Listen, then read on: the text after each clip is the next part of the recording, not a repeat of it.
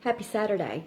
You might usually aren't expecting to see me on a Saturday, but I had a pretty good video topic suggested to me earlier today by another agent, my broker, Barbara Wilson.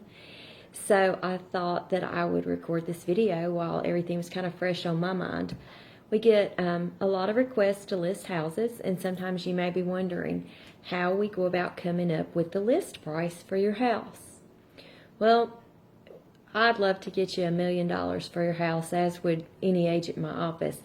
But the reality is in our market that that's just not a realistic price for most properties. What we do to establish price is we look at the comparable sales. No house is ever going to be identical to yours.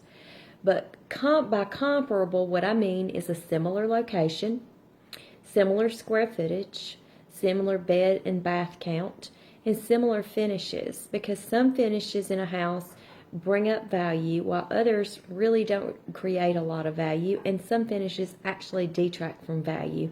And that's a whole long conversation that we won't get into today, but just take, for example, granite countertops. In certain priced homes, those are expected.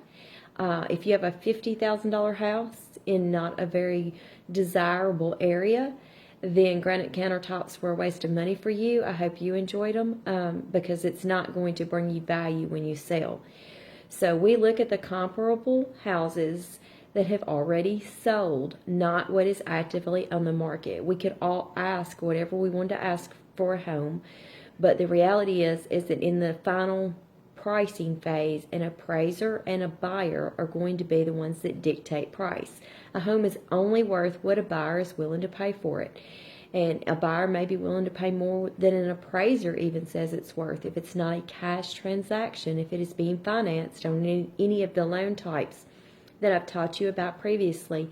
Then an appraiser is going to come in and an appraiser is going to set the final value. So we've got to be sure that we're pricing it realistically, because we don't want to create problems for you or a buyer down the road.